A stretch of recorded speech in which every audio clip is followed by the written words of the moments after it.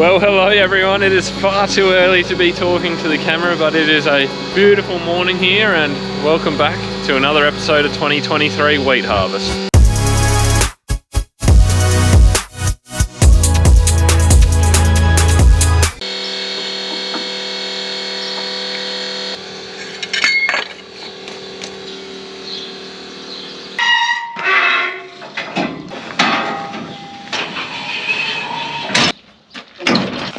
Okay guys, so an update on where things are at the moment.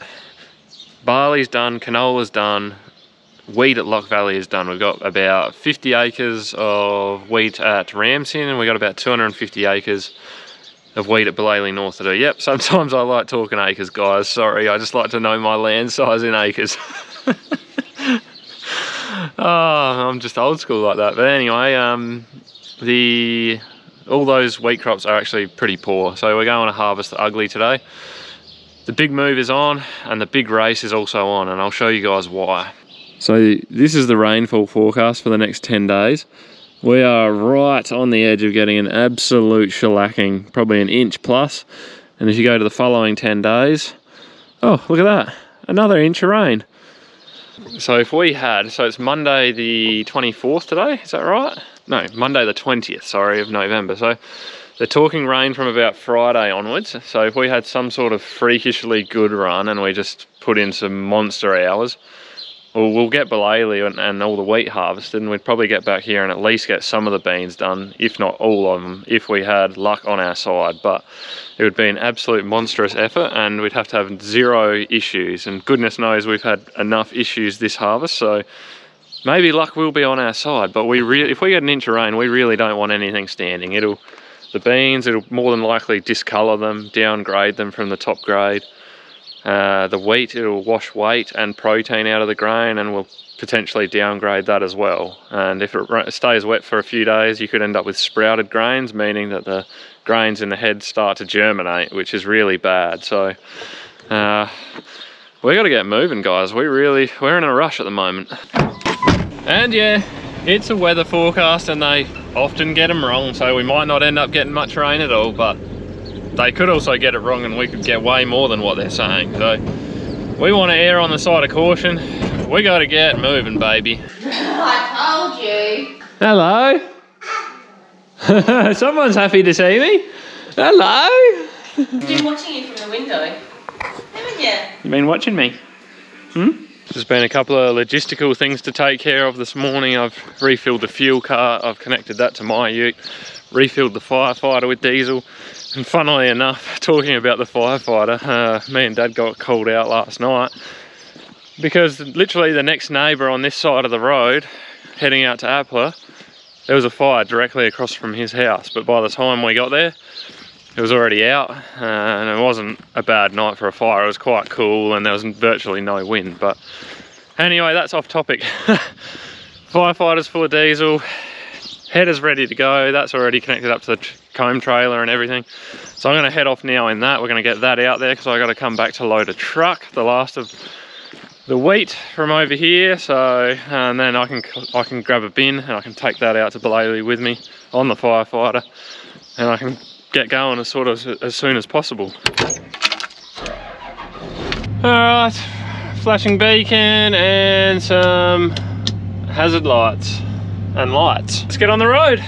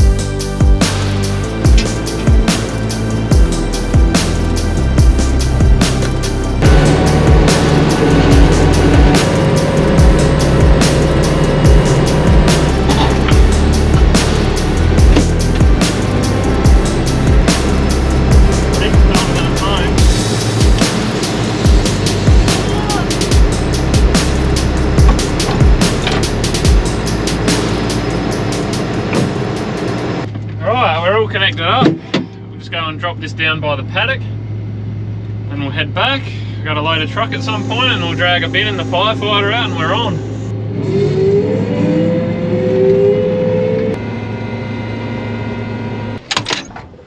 Well, the most important part of the big move is done. Hello. Oh, Daddy, you know, What are you guys doing out here? I got all by myself.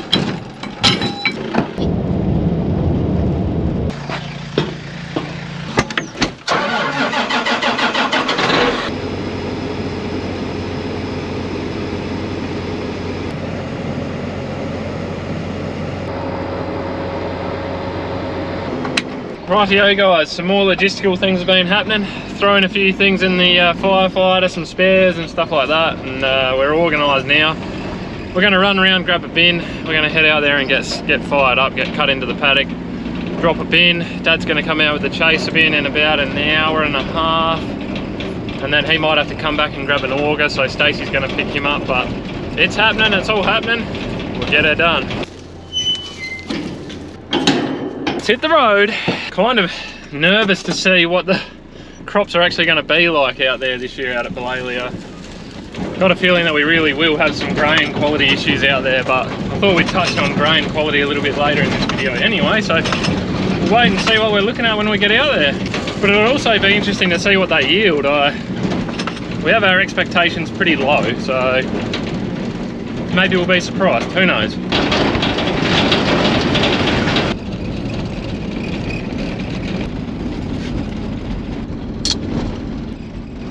Hey, I felt terrible before, but at least I'll feel terrible and fast now.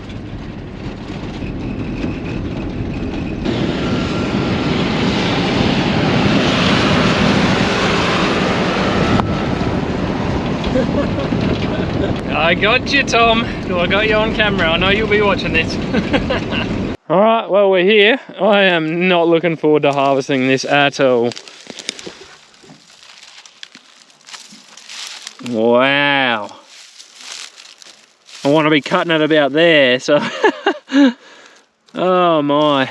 This is some pretty rough hilly terrain as well, like this bit here on the flat. Don't look at this and think that's what we're harvesting. It is some pretty ordinary country, so I'll be glad to be done with it.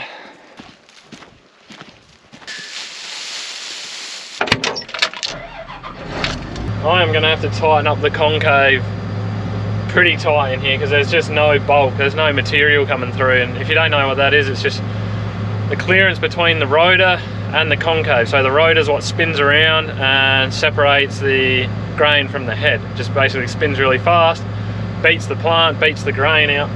So there's a clearance between the grates at the bottom where it lets the grain through and the rotor. So we're going to have that very tight because normally you like material on material, sort of doing the bulk of the work, but in here we just don't have any bulk. There's no material to go through the machine. It's going to be basically just the head, so might make hard work of it.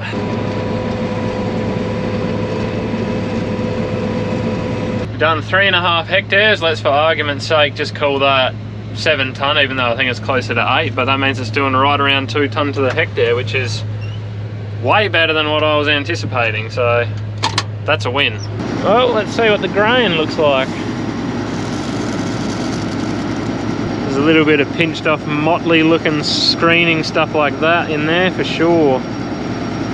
Be interesting to see what this goes when it goes to the silo. I'm thinking it's going to go AUH2 just because of the screenings. But I mean, it looks relatively nice quality. There's still a few grains in here that are a little bit green, like that one. Anyway, we'll go dump our field bin and yeah, I don't know, it concerns me a little bit seeing those green grains in there, but, or those soft grains in there. The moisture meter on the head has been pretty well fine, but it does concern you when you go in there and you look and you see those green ones and you do see the moisture meter shoot up to like 13 or something, 14. 12.5% is our limit on wheat, so yeah, we've got to be a little bit careful. A little bit more careful than we do with barley.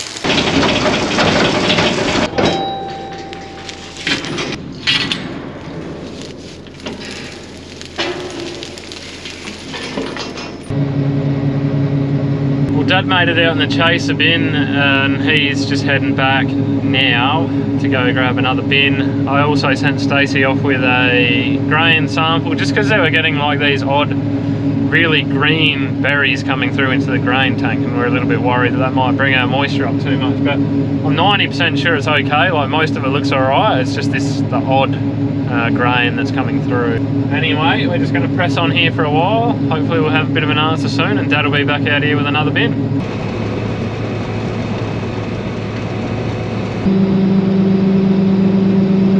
So moisture samples, we took one from out of the gully up there where I said it was a bit green looking in spots, and we took one from down here on the flat. The one on the flat went 11.1 and the one where I thought it looked a bit wet was 12.7, so just over 12.5 is our limit, remember? So yeah, it should blend out alright, that's what we're thinking at the moment, so we're going to get to it.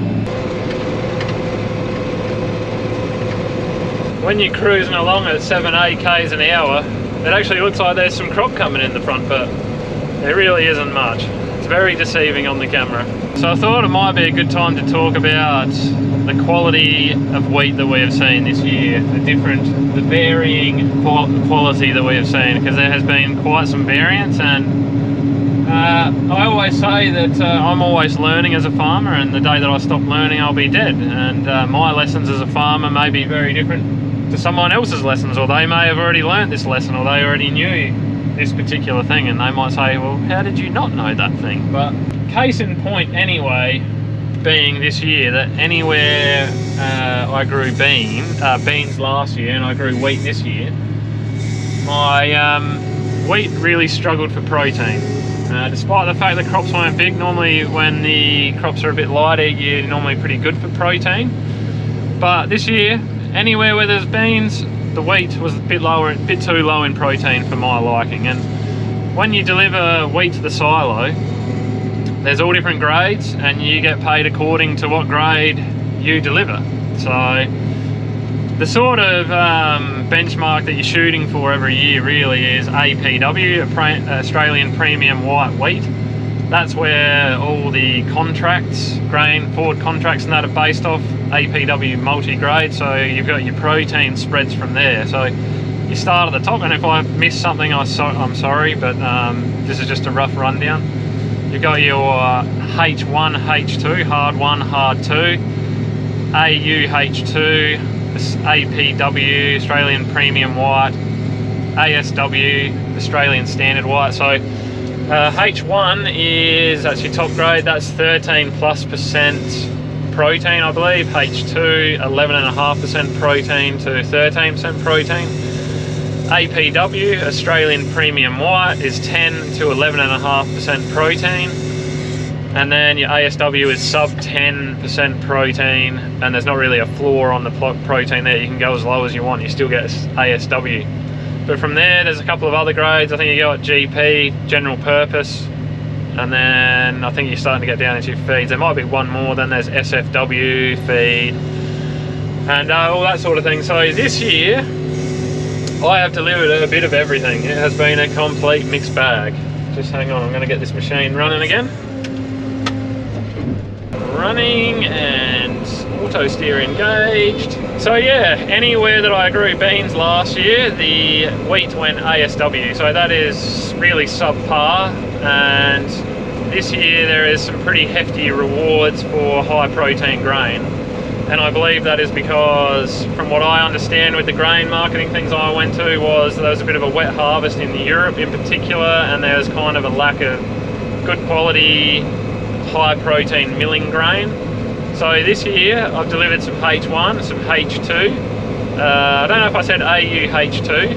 That's in between H2 and APW. So that's high protein, high screening. So between 5 and 10% screenings. Your screenings are your small undersized grain. So that's an intermediate grade between between APW and the H's. So where was I? This year I sold some H1 the other day for about $400 a tonne from Gladstone. You go down to even H2, and cash pricing at the moment I think is about $365. So there is a big spread there at the moment. Now you might say to yourself, well, why don't you just feed your crops more, give them more fertiliser and just get the protein up every year? Because like we're shooting for an average basically, and a lot of years you don't get that reward with the protein spreads. So for instance, I forward contracted grain in October, and the spreads for the high protein, I think it was 380 bucks a tonne for APW. Remember APW is our benchmark.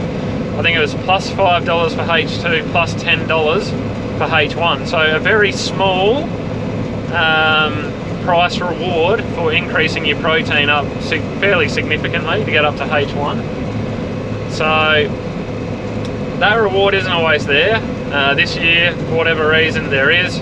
But I have seen a bit of everything. A bit of H1, H2, quite a bit of AU-H2, mainly because too much frost, too much of a lack of rain, and I've seen a bit of ASW. I haven't had any APW, but I've had a bit of almost everything else. So a very mixed bag this year, and I just thought it'd be interesting if you're not a farmer, just so you can get your head around the different ways wheat is graded and how we get paid for it, basically. So there you go, that's a real rough rundown on the different grades of wheat, and they all get used, all those different grades get used for different things. So a certain country might like a certain protein wheat or because it makes noodles better, or it makes bread how they like it, or something like that. Well, that's 13 hectares almost done in this paddock, and there's another, well this has 26, but there's no fence line down here anymore, so it's actually about 100 hectares. Oh dear, what do we got? 87 to go. Well, sorry guys, I haven't been filming much so far because this is just very, very hard country to do any filming in. We just got creeks and hills and if I looked in that patch of the paddock before we came out here, I would have said something come out here because it was still visibly green over the other side of the creek. Yeah, okay, I don't know, I just feel like we're playing with fire here, like I'm getting stuff coming up real high on the moisture meter. Yeah, I walked over where I filled in that creek and straight away I just went no. Yeah, there's no way in the world that's ready. So yeah, I don't know if you guys caught that before. Yeah, I did one know when Andrew said. Yeah, so it's alright, bit of a waste. So basically I'll try and talk now, I'll get interrupted again probably, but down on the flat down there, no problems with moisture. We've come over the back here. This is, I said earlier, this has had a fence line removed. The back part of the paddock hasn't had crop in it for 6 years, and it is hanging on green as it needs, like Dad was saying, that it needs a week of hot weather on it to dry it out, unfortunately. And there's just areas in here that are just still hanging on a little bit green. It looks relatively ripe, but the moisture meter's telling us otherwise. I think we're going to have to pack up and go back home, unfortunately. It's a bit hard to get out to the back of this paddock. The only way really to get out there is through this paddock that I'm in now, and without getting out there and seeing it, it's maybe not the right call to come out here, but you know, looking at this stuff from the road, you'd say that it's absolutely ripe. So anyway, it's very annoying, but we're going to have to go back the other way. The silver lining to all this is we'll get to go back. There's one paddock of wheat on the way home we'll harvest, and then we're going to do the beans. I'll be happy to have my beans off before it possibly rains. I won't complain about that at all. I just feel bad for Dad because we've harvested all of my crop, and yeah, he's still got all this sitting out here that needs to be done.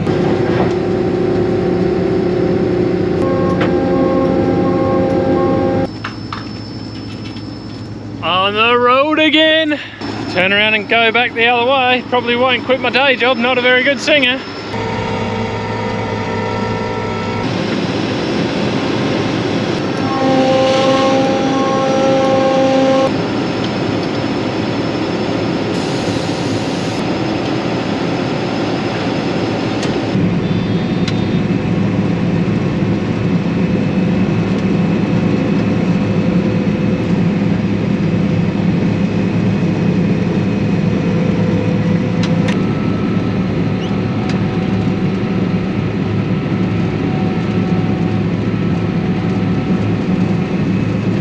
Well, talking about grain quality issues, that first load, or only load that went out of Belalie, had 13 point something% screening, so it got knocked back to feed quality, which is about as bad as it can get.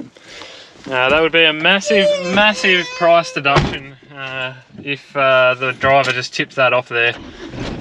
I'd have to go look at the price, but from H1 it would have to be like $80 or $100 a tonne, I reckon, difference. So that's a massive difference. It was very high in protein and just very high in screening. So I think we've told the truck driver to bring it home. I think we're going to try and clean it and see if we can get the screenings down on it a bit.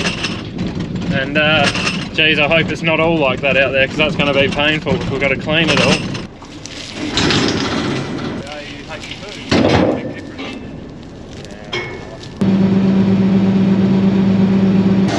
Well guys, we only did about 5.5 hectares in here, and I think I am going to pull up for the evening, because I could just about put a jumper on out there at the moment. It is cool and damp feeling, and my moisture meter is starting to tell me that it's not overly happy, so I think that might be my cue to quit for the night.